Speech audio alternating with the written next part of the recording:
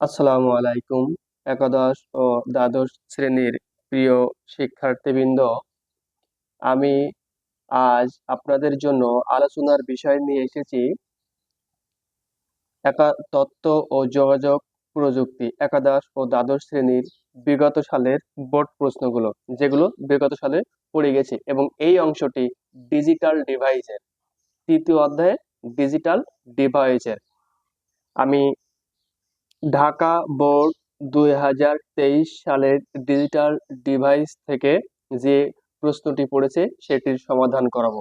এই জন্য যারা আমার এই চ্যানেলটি প্রতিনিয়ত দেখেন, তারা আমার এই চ্যানেলটি সাবস্ক্রাইব করে রাখবেন। তাহলে আমি এভাবে যখনই কোনো বোর্ড সৃজনশীল প্রশ্নের সমাধান করে আপলোড দিব, তখনই আপনারা পেয়ে যাবেন। এটা খেয়াল করবেন প্রিয় শিক্ষার্থীবৃন্দ, আর যারা করেছেন তাদেরকে অসংখ্য ধন্যবাদ। আসুন আমার আলোচনার বিষয়, A F equal A bar B C plus A B bar, এইটাকে প্রাইম বা বার বলা হয়, plus A B C bar plus A B C. এইটা উদ্দীপক দেওয়া ছিল। ক নম্বরে ছিল কাউন্টার কাকে বলে। কাউন্টার কাকে বলে। খ নম্বর বাইনারি ও বিসিডি এক নয় ব্যাখ্যা করতে বলেছে। কারণ বাইনারি সংখ্যা পদ্ধতি এবং বিসিডি সংখ্যা পদ্ধতি যে এক নয়, সেটা ব্যাখ্যা করতে বলেছে। গ নম্বরে উদ্দীপকে প্রদত্ত লজিক ফাংশনটির সত্য সারণী তৈরি করো। ঘ নম্বরে দেয়া ছিল উদ্দীপকে প্রদত্ত সমীকরণটির সরলীকৃত মান শুধু ন্যান্ড গেটে বাস্তবায়ন করতে বলেছে। ন্যান্ড গেটে বাস্তবায়ন করতে বলেছে। প্রিয় শিক্ষার্থীবৃন্দ, এই যে বাস্তবায়ন, এই বাস্তবায়নটা আমার চ্যানেলে দেওয়া আছে, আপনারা ওইগুলো দেখে নিতে পারবেন যে কিভাবে মৌলিক গেট দ্বারা অন্যান্য গেট বাস্তবায়ন করা যায়। ঠিক আছে প্রিয় শিক্ষার্থীবৃন্দ, এবার আসুন প্রিয় শিক্ষার্থীবৃন্দ, আমি সময় সংক্ষেপণ করার জন্য ক এবং খ নম্বর প্রশ্নের অ্যান্সার লিখে রেখেছি, যেহেতু গ এবং ঘ নম্বর ম্যাথ, ওখানে একটু সময়ের ব্যাপার। ক নম্বরে উত্তর, যে সিকুয়েন্সিয়াল সার্কিটের সাহায্যে তাতে প্রদানকৃত ইনপুট পালসের সংখ্যা গুনতে পারে তাকে কাউন্টার বলে। কি বললাম তাহলে? যে সিকুয়েন্সিয়াল সার্কিটের সাহায্যে তাতে প্রদানকৃত ইনপুট পালসের সংখ্যা গুনতে পারে তাকে কাউন্টার বলে। এটি গেল ক নম্বর প্রশ্নের অ্যান্সার। এরপরে আসুন খ নম্বর প্রশ্নের অ্যান্সার। খ নম্বর ছিল বাইনারি ও বিসিডি এক নয় ব্যাখ্যা করুন, এটি ছিল। তাহলে খ নম্বর উত্তর, বাইনারি ও বিসিডি এক নয় বক্তব্যটি সঠিক এবং তা একটি থেকে অন্যটির পার্থক্য ছকের মাধ্যমে তুলে ধরা হলো। যদি ছকের মাধ্যমে তুলে ধরা হয়, তাহলে স্যার একটু মার্ক দেওয়ার জন্য ভালো মনে করে যে এটা ভালো স্টুডেন্টের লেখা। এটা বিসিডি, এটা বাইনারি, তাহলে এটি কোনো সংখ্যা পদ্ধতি নয়, এটি আসলে দশমিক পদ্ধতি, যার প্রতিটি অঙ্ক এর সমতুল্য বাইনারিতে এনকোড করা হয়। এরপরে বাইনারিতে আসেন, যে বাইনারি একটি সংখ্যা পদ্ধতি যার ভিত্তি 2 এবং চিহ্নগুলো হচ্ছে 0 আর 1, কারণ বাইনারি 0 আর 1 ছাড়া অন্য কোনো সংখ্যা পদ্ধতি মানে বোঝে না, অর্থাৎ অন্য অঙ্ক বোঝে না। দশমিক সংখ্যাকে বিসিডি কোডে প্রকাশ করা খুব সহজ, শুধুমাত্র 0 থেকে 9 পর্যন্ত। দশমিক সংখ্যার বাইনারি সমতুল্য মান মনে রাখলেই যথেষ্ট। এটি। এরপর আসুন, দশমিক সংখ্যাকে বাইনারি সংখ্যায় প্রকাশ সহজ নয়, এক্ষেত্রে হিসাবের প্রয়োজন হয়। কারণ যখনই দশমিক থেকে বাইনারিতে রূপান্তর করতে হয়, তার নিয়ম আছে যে, কারণ একটা অঙ্কে দুইটি অংশ থাকে, একটা পূর্ণ সংখ্যা আর একটা ভগ্নাংশ সংখ্যা। কারণ দশমিক থেকে বাইনারিতে যদি করতে যান আপনারা, তাহলে কি করতে হবে, যে একবার ভাগ করতে হবে আর একবার গুণ করতে হবে, এই জিনিসটা, এই জন্য ওটা খুব সহজ হয় না। এরপরে আসুন, কোন সংখ্যাকে বিসিডি কোডে প্রকাশের জন্য বেশি বিট লাগে। কোন সংখ্যাকে বাইনারিতে প্রকাশের জন্য কম বিট লাগে, এটা খেয়াল করতে হবে যে বিসিডি তে বেশি বিট লাগে এবং বাইনারিতে কম বিট লাগে, এই জিনিসটা খেয়াল করবেন প্রিয় শিক্ষার্থীবৃন্দ। তাহলে এই গেল ক এবং খ নম্বর প্রশ্নের অ্যান্সার। এরপর আসুন যে গ নম্বরে কি বলেছে, যে গ নম্বরে বলেছে উদ্দীপকে প্রদত্ত লজিক ফাংশনটির সত্যক সারণী তৈরি করতে বলেছে। কি বলেছে? সত্যক সারণী তৈরি করতে বলেছে। তো আসুন প্রিয় শিক্ষার্থীবৃন্দ সত্যক সারণীটা এখন তৈরি করব। এই যে আমি শখটি কেটে রেখেছি, খেয়াল করুন যে এটি গ নম্বর, প্রদত্ত লজিক ফাংশন, এটি উদ্দীপকে দিয়েছিল f equal a bar b c plus a b bar c plus a b c bar plus a b c, এটি। এখন আসুন প্রিয় শিক্ষার্থীবৃন্দ এটি সত্যক সারণী তৈরি করতে গেলে তাহলে এখানে খেয়াল করুন যে এখানে ইনপুট কয়টি, এখানে ইনপুট কিন্তু তিনটি, যে এ বি সি এই ইংরেজি বর্ণ যে কয়টি থাকে সে কয়টি ইনপুট হয়। যদি এখানে এ বি থাকতো তাহলে ইনপুট হতো কয়টি? দুইটি। কয়টি হতো? দুইটি ইনপুট হতো। যদি এখানে সি আছে এর জন্য এখানে ইনপুট কয়টি? তিনটি। আর যদি এখানে ডি থাকতো তাহলে ইনপুট হতো কয়টি? চারটি। এই জিনিসটা খেয়াল রাখবেন, দুই ইনপুট হলে ঘর হবে চারটি। কয়টি? ঘর হবে চারটি। তিনটি ইনপুট থাকলে ঘর হবে আটটি। কয়টি? আটটি হবে। এই জিনিসগুলো আপনারা একটু খেয়াল করবেন। যদি চারটি ইনপুট হয় তাহলে ঘর হবে কয়টি? 16টি। কয়টি? 16টি। এইটি। এরপর আসুন তাহলে আমি ইনপুট কয়টি? এ বি সি আছে, ইংরেজি বর্ণ যে কয়টি থাকে সেই কয়টি হচ্ছে এখানে কি হয়? ইনপুট হয়। খেয়াল করবেন তাহলে এখানে ইনপুট তিনটি, তাহলে ঘর হবে কয়টি? আটটি। তাহলে 1 2 3 4 5 6 7 8, এই আটটি ঘর, আর এইগুলো লেখার জন্য একটি ঘর, তাহলে কয়টি ঘর হলো? মোট 9টি ঘর। তাহলে আমি এখান থেকে এ বি সি এইটি আগে লিখে নিব, এবং এইটি যখন লিখে নিবেন প্রিয় শিক্ষার্থীবৃন্দ তখন এই ডান সাইড থেকে বসাতে হবে। ডান সাইড থেকে প্রথম ঘরে 0, দ্বিতীয় ঘরে 1, মানে একটা 0 একটা 1, একটা 0 একটা 1, একটা 0 একটা 1, এটা প্রথম ঘরের কাজ গেল। এরপর আসুন দ্বিতীয় ঘরে। দ্বিতীয় ঘরে গেলে দুইটা 0 এবং দুইটা 1, দুইটা 0 দুইটা 1। এরপরে যখন তৃতীয় ঘরে আসবেন তখন 4টা 0 4টা 1, এইটা খেয়াল করবেন যে 4টা 0 4টা 1। এই গেল যে ইনপুটের ঘরের গুলোর কাজ শেষ। এই জিনিসটা খেয়াল করবেন যে প্রথম ঘরে একটা 0 একটা 1, দ্বিতীয় ঘরে দুইটা 0 দুইটা 1, তৃতীয় ঘরে 4টা 0 4টা 1। এরপর যদি আরেকটা ঘর থাকে তাহলে 8টা 0 8টা 1। এই জিনিসটা আপনারা একটু সুন্দরভাবে খেয়াল করবেন। এরপরে যেহেতু এখানে এর মাথায় বার আছে, বির মাথায় বার আছে, সির মাথায় বার আছে, এই জন্য এই বার গুলো আগে তৈরি করে নিব। এ বার, বি বার, সি বার, এইটি। এখন আসুন যে নট গেট, যদি নট গেট সম্পর্কে আপনাদের পরিচিত থাকে বা করে থাকেন তাহলে বুঝবেন যে নট গেটের চিত্র এটি, আমি চিত্র দিয়ে বুঝাই দিচ্ছি। নট গেটের, এটা নট গেটের চিত্র। তাহলে এখানে যখন এ হয় তখন এই জায়গাটা কি হয়? এ বার হয়। তাহলে এখানে যখন 0 হবে এখানে কি হবে? 1 হবে। আর এখানে যদি 1 হয় তাহলে এই জায়গাটায় 0 হবে। এটা খেয়াল করুন প্রিয় শিক্ষার্থীবৃন্দ। তাহলে এখানে এ বারে কি আছে? 0, তাহলে এখানে 1 হবে। এখানে 0 আছে এখানে 1, এখানে 0 আছে এখানে 1, এখানে 0 আছে এই জায়গাটায় 1, এখানে 1 আছে এখানে 0, এখানে 1 আছে এই জায়গাটায় 0, এখানে 1 আছে এই জায়গায় 0 হবে। 1 থাকলেই 0, এটা মনে রাখতে হবে যে যখন আমি নট গেটের করব। এরপরে আসুন বি, বিতে তাহলে 0 আছে 1 হবে, 0 আছে 1 হবে, এখানে 1 আছে 0, 1 আছে 0, 0 আছে 1, 0 আছে 1 হবে, 1 থাকলে 0, এইটা।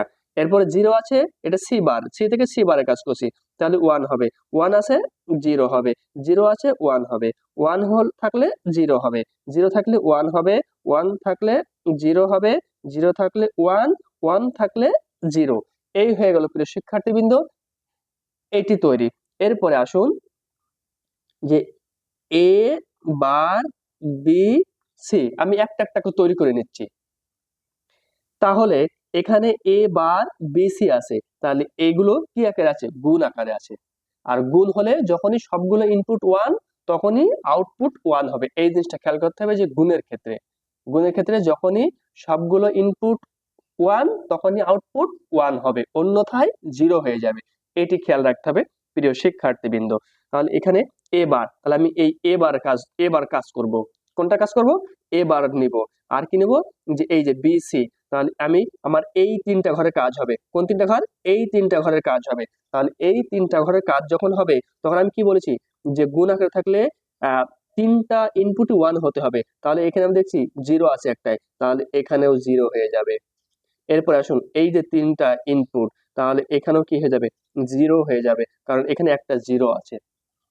এরপরে আসুন প্রিয় শিক্ষার্থীবৃন্দ, এই যে বি তে ওয়ান আছে কিন্তু সি তে জিরো হয়ে গেছে, এ তে ওয়ান আছে, দুইটা ওয়ান আছে, একটা জিরো আছে, তাহলে একটা জিরো যখন আছে তখন এই জায়গাটায় জিরো প্রিয় শিক্ষার্থীবৃন্দ। এরপরে আসুন এই ঘরে এখানে দেখছি বি তে ওয়ান আছে, সি তে ওয়ান আছে, এই যে বি সি, আর এই যে এতে বার ওয়ান আছে, তাহলে এই জায়গাটায় ওয়ান হবে। আমি বলেছি কি, যখন গুণের ক্ষেত্রে তিনটি ইনপুটই ওয়ান হলে আউটপুট ওয়ান। এরপর আসুন এই যে এখানে জিরো দেখতে পাচ্ছি, তাহলে এই জায়গাটায় জিরো, এখানেও দেখতে পাচ্ছি জিরো, তাহলে এই জায়গাটায় জিরো। এখানে বি তে ওয়ান আছে, সি তে জিরো আছে, এখানেও জিরো আছে। বলেছি একটা ইনপুট জিরো হলেই জিরো, সেটা গুণের ক্ষেত্রে।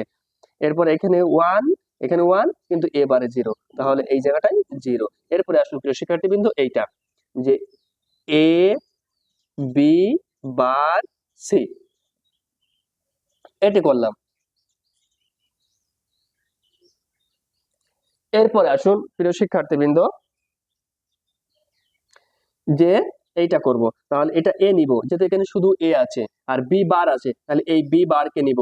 আর এখানে সি আছে, তাহলে এই সি কে নিব। তাহলে এখানে দেখছি এতে জিরো আছে, তাহলে এই জায়গাটায় জিরো। এই যে এখানে জিরো দেখতে পাচ্ছি, আমি এখানে কি দেখতে পাচ্ছি? জিরো দেখতে পাচ্ছি। তাহলে এইটা জিরো, মানে একটা গুণের ক্ষেত্রে একটা ইনপুট জিরো হলে আউটপুট জিরো, এটা মনে রাখবেন। তাহলে এখানেও জিরো, এখানেও জিরো, কারণ এই যে চারটা জিরো আছে, এই জন্য চারটা জিরো বসেছে, কারণ আমার এ বি বার সি এটি বসাতে হবে প্রিয় শিক্ষার্থীবৃন্দ। এরপরে এতে ওয়ান দেখতে পাচ্ছি, আর বি আর বি সি তে জিরো দেখতে পাচ্ছি, আর বি বারে কি আছে?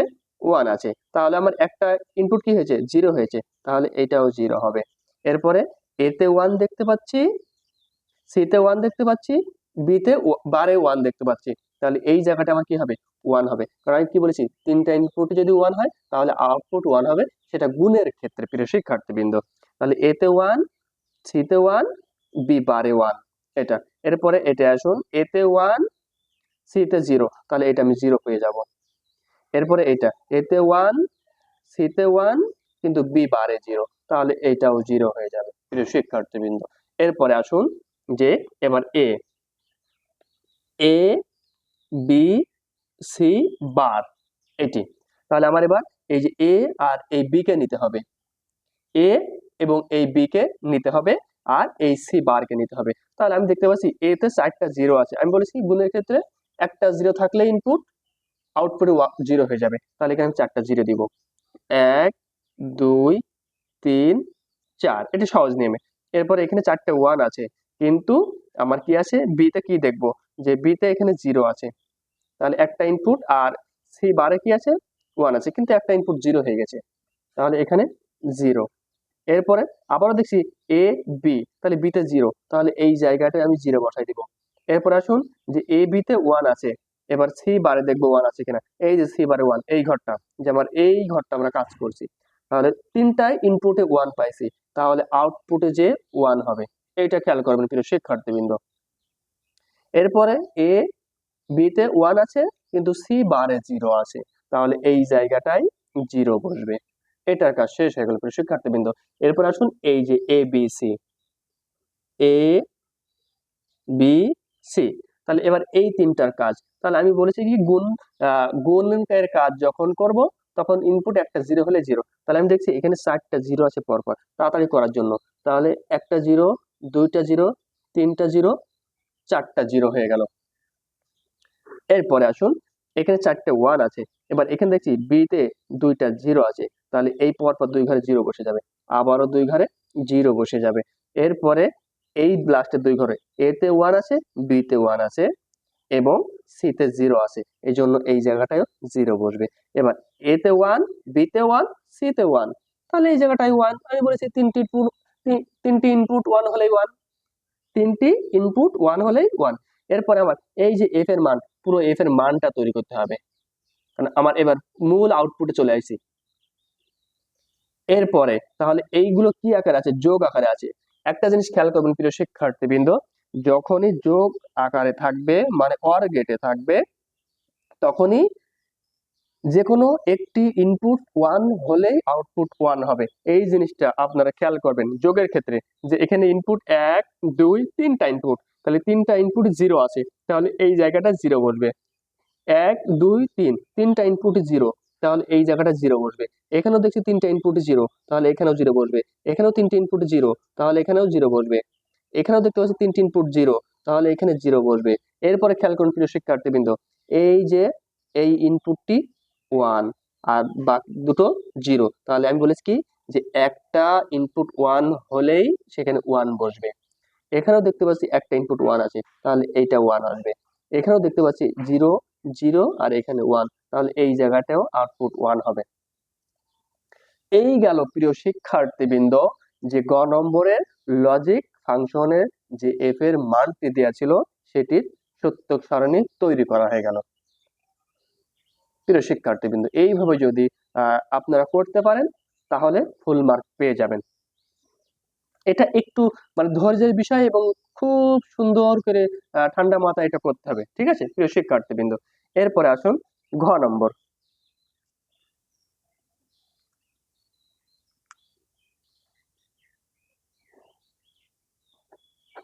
ঘ নম্বর প্রশ্ন। ঘ নম্বর প্রশ্নে কি বলেছিল প্রিয় শিক্ষার্থীবৃন্দ? ঘ নম্বরে বলেছিল উদ্দীপকে প্রদত্ত সমীকরণটির সরলীকৃত মান শুধু ন্যান্ড গেটে বাস্তবায়ন করতে বলেছে। কোন গেটে বাস্তবায়ন করতে বলেছে? NAND gate. তাহলে এখানে একটা জিনিস খেয়াল করবেন, যখনই ন্যান্ড গেটে বাস্তবায়ন করতে বলবে তখন ওটি ন্যান্ড গেটের চিত্র ছাড়া আর অন্য কোনো চিত্র বুঝবে না। অন্য কোনো চিত্র দিলেই তখন কি হবে? অঙ্কটি ভুল যাবে প্রিয় শিক্ষার্থীবৃন্দ। এই জন্য সবসময়ের জন্য যেই গেট দ্বারা বাস্তবায়ন করতে বলবে ঠিক সেই গেটের চিত্রই দিয়ে ওই সরলীকৃত মানটা লজিক সার্কিট তৈরি করতে হবে। এটা মনে রাখবেন প্রিয় শিক্ষার্থীবৃন্দ। তাহলে এখন আসুন ঘ নম্বর প্রশ্নের অ্যান্সার করাই দিব। ঘ নম্বর উত্তর।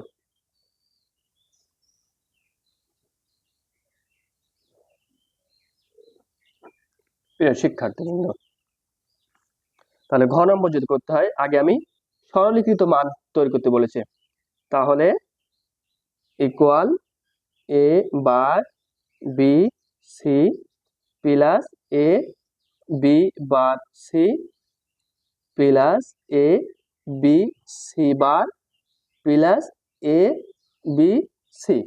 এটি প্রিয় শিক্ষার্থীবৃন্দ, এটা আমি সরলীকরণ করব। এ যা আছে আগে আমি তাই তুলে নেব।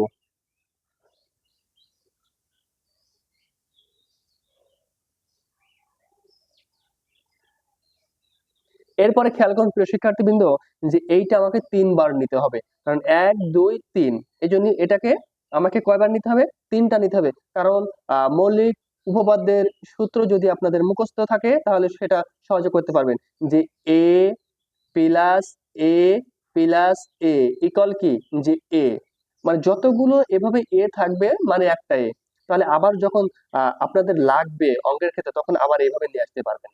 এই জন্য এখানে আমি আরো 2টি নেব আমার অঙ্ক করার সুবিধার্থে। এ বি সি এটি নিলাম। এরপরে খেয়াল করুন এবং এই একটা করে এর সাথে সংযুক্ত করব। কি করব? সংযুক্ত করব। তাহলে এ bar B C plus A B C, মানে আমি বলেছি এইটা এর সাথে একটাকে যোগ করব, এরপরে এইটা আবার যোগ দিব।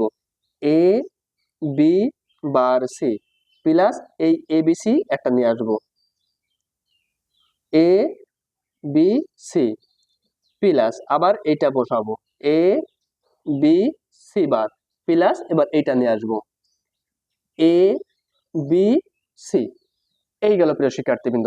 এরপর আসুন যে এখান থেকে কি কমন যায়, কারণ একটা, দুইটা, তিনটা অংশে ভাগ করে ফেলেছি। এখান থেকে কমন যায়, বিসি কমন যায়, কারণ এখানেও বিসি আছে, এখানেও শুধু বিসি আছে, কারণ এখানে এটা কমন যাবে না, এখানে এ বার আছে আর এখানে শুধু এ আছে, এই জন্য প্রিয় শিক্ষার্থীবৃন্দ। তাহলে এখানে বি সি কমন নিলে এ বার প্লাস এ থাকলো।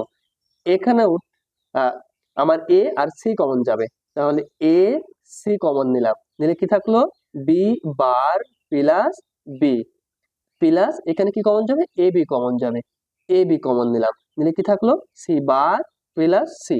এটা এরপরে খেয়াল করুন প্রিয় শিক্ষার্থীবৃন্দ, এখানে বি সি ইন্টু ওয়ান, কারণ এটা যখন একই বর্ণ বার আকারে যোগ আকারে থাকে একটা, তখন সেখানে ওয়ান হয়ে যায়, এটা কি হয়ে যায় ওয়ান হয়ে যায়। খেয়াল করুন যে a plus A bar equal কি ওয়ান, এটা কিন্তু মৌলিক উপপাদ্যের সূত্র, এই জন্য মৌলিক উপপাদ্যের সূত্রটা খুবই কিন্তু গুরুত্বপূর্ণ আপনাদের জন্য। এরপরে এখানেও ঠিক plus A C into one plus A B into one, eighty. তাহলে আমি এবার আগে সাজাই নেব, এ বিটাকে আগে নিয়ে আসবো, A B plus B C plus A C, eighty হয়ে গেল প্রিয় শিক্ষার্থীবৃন্দ। যে আমার অঙ্কে কি বলছিল যে সমীকরণটা সরলীকৃত মান, তাহলে সরলীকৃত একটা মান আসলে এবার আমাকে ন্যান গেট বাস্তবায়ন করতে বলেছিল। কোন গেটে বাস্তবায়ন করতে বলেছিল, যে ন্যান গেটে বাস্তবায়ন করতে বলছিল। তাহলে ন্যান গেটে যখন বাস্তবায়ন করতে বলে প্রিয় শিক্ষার্থীবৃন্দ, তখন এখানে দুইটা বার নিয়ে আসতে হয়। কয়টা বার, দুইটা বার নিয়ে আসতে হবে, একটা বার নিয়ে আসলে কিন্তু হবে না, ভুল যাবে। এবং এটা নিয়ে আসছি কোন উপপাদ্য অনুযায়ী, সহায়ক উপপাদ্য অনুযায়ী। কোন উপপাদ্য অনুযায়ী, যে সহায়ক উপপাদ্য অনুযায়ী। এবার এখানে আমি এই নিচের বারটার কাজ করব।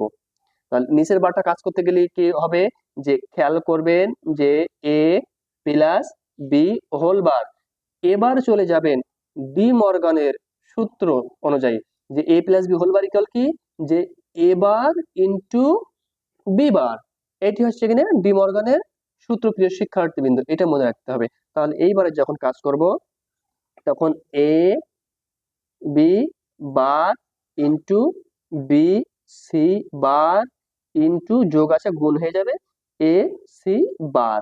এবার এই যে উপরে বারটি, এই উপরের বারটি এখানে বসাই দিব। এটি গেল প্রিয় শিক্ষার্থীবৃন্দ। এবার এটিকেই কোন গেট দ্বারা বাস্তবায়ন করতে হবে, ন্যান গেট দ্বারা বাস্তবায়ন করতে হবে। ন্যান গেট দ্বারা কি বলেছে, ন্যান গেট দ্বারা বাস্তবায়ন করতে বলেছে। তাহলে প্রিয় শিক্ষার্থীবৃন্দ, আমি আগে কি করব, তিনটি ইনপুট তৈরি করে নিব, এক দুই, এই তিনটি ইনপুট তৈরি করে নিলাম প্রিয় শিক্ষার্থীবৃন্দ। তাহলে এটি এ, এইটি বি, এটি সি, এবং এটিকে আমি কি করব, ন্যান গেটের চিত্র বলেছি। তাহলে প্রথম কি আছে, এ বি আছে, তাহলে এ থেকে যাবে, এ থেকে গেল, কি থেকে গেল, যে এ থেকে গেল, এরপরে বি থেকে যাবে, এটা বি থেকে গেল। তাহলে কোন গেট বলেছে, ন্যান গেট বলেছে। তাহলে এই জায়গাটায় ন্যান গেটের চিত্র কি, যে একটা ডির মতো আসবে এবং এই জায়গাটায় একটা নট বসবে, এবং এখানে কি বসবে, যে আমি এটা এ থেকে নিয়ে আসছি আর এটা বি থেকে নিয়ে আসছি। তাহলে প্রথম এ বি এখানে বসলো, আর এই যে একটা নট আছে, এই নটের জন্য এই যে এখানে বার বসে গেল। তাহলে এই এ বির কাজ শেষ হয়ে গেল, বারের কাজ শেষ হয়ে গেল। এরপরে আসুন প্রিয় শিক্ষার্থী কিন্তু এবার বি আর সি, তাহলে আমি কোন জায়গা থেকে নিব, যে এই বি থেকে নিব, আর এইটা সি থেকে নিব। নেয়ার পরে আমি আবার ন্যান গেটের চিত্র আঁকবো। ন্যান গেটের চিত্র, এই জায়গাটা কি থাকে, নট থাকে, এটা। তাহলে প্রথম কি নিছি, বি আর সি থেকে নিছি, তাহলে এটা বি সি, আর এই যে নটটা বসাইছি এর জন্য বার প্রিয় শিক্ষার্থীবৃন্দ। এরপরে আসুন এই যে এ সি বার, এটা কাজ করতে হবে। তাহলে আমি এই যে এ থেকে নিয়ে যাব, এ থেকে নিলাম, আর এটা সি থেকে নিলাম। নেবার পরে এই যে আমি ন্যান গেটের চিত্র আঁকবো, এখানে বার দেব, এটা এ সি বার। এটি হয়ে গেল প্রিয় শিক্ষার্থীবৃন্দ এই পর্যন্ত। এখনো আমার শেষ হয়নি। এরপরে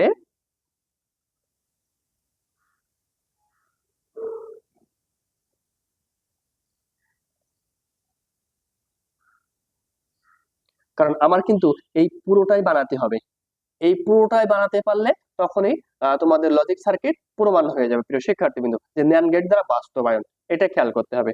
তাহলে এখানে আবারও আমি কি দিব, ন্যান্ড গেটের চিত্র আঁকবো। এবার খেয়াল করুন প্রিয় শিক্ষার্থীবৃন্দ, এবার প্রথমে কি আছে, আমি কারণ এইটা থেকে এই যে এখান থেকে এটা নিয়ে আসছি, তাহলে এ বি বার এটি নিয়ে আসবো। এরপরে ইনটু এই যে এবার এইটা থেকে নিয়ে গেছি আমরা, তাহলে বি সি বার বসবে, বি সি বার বসবে। এবার এই যে এইটা থেকে এটি গেছে, তাহলে a c bar into a c bar. আর এই আর এই যে এই জায়গা থেকে যখন এইটি গেছে, এর জন্য এই বারটি এখানে বসে যাবে। তাহলে প্রিয় শিক্ষার্থীবৃন্দ, এটি হয়ে গেল যে সরলীকৃত মানের ন্যান্ড গেট দিয়ে বাস্তবায়ন। তাহলে ইকুয়াল এফ, এটার মান তৈরি করতে বলছিল। কারণ কি বলছিল প্রিয় শিক্ষার্থীবৃন্দ, যে উদ্দীপকে প্রদত্ত সরলীকৃত সমীকরণটির সরলীকৃত মান শুধু ন্যান্ড গেটে বাস্তবায়ন করো। তাহলে আমরা ন্যান্ড গেটে বাস্তবায়ন করলাম। এটা খেয়াল করতে হবে যে এইটার জন্য সবসময় কি নট বসবে। আর এটা কিং গেট দিয়ে যখন, এক কথায় মনে রাখবেন যে অ্যান্ড গেটের ভিতরে নট যুক্ত করলেই সেটা কোন গেট হয়ে যাবে, ন্যান্ড গেট। তো প্রিয় শিক্ষার্থীবৃন্দ, এই গেল ঢাকা বোর্ড 2023 সালে ডিজিটাল ডিভাইস থেকে যে প্রশ্নটি পড়েছিল সেটির সমাধান। এই জন্য আমার এই চ্যানেলটি যদি আপনাদের ভালো লাগে এবং আপনাদের উপকার হয়, তাহলে আমার এই ভিডিওগুলো শেয়ার করে দিন, লাইক করেন, কমেন্ট করেন এবং আমার চ্যানেলটি সাবস্ক্রাইব করে রাখেন। ধন্যবাদ শিক্ষার্থীবৃন্দ, আজ এ পর্যন্তই।